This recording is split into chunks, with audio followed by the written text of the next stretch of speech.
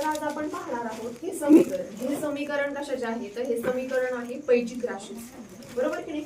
याच्यामध्ये बैजिक राशीमध्ये कधीही एखादं समीकरण सोडवण्याच्या आधी जे बरोबरचे चिन्ह आहे त्याच्या अलीकडे असलेले इक्वेशन्स आहे की त्याच्या अलीकडे जे नंबर्स आहेत ते पहिलं म्हणजे गुणाकार असेल भागाकार असेल तर हा सोडवला जातो आणि त्याच्यानंतर मग इकडच्या बाजूचे इक्वेशन सोडवले जातात, बरोबर की नाही.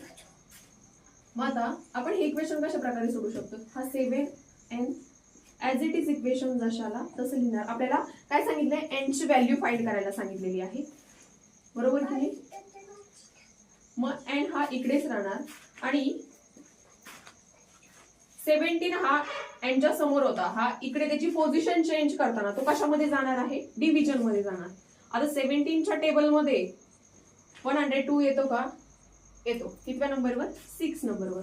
मग आपली n ची व्हॅल्यू किती भेटलेली आहे आपल्याला 6. अशाच नवनवीन व्हिडिओसाठी तुम्ही आपल्या चॅनलला सबस्क्राईब करू शकता.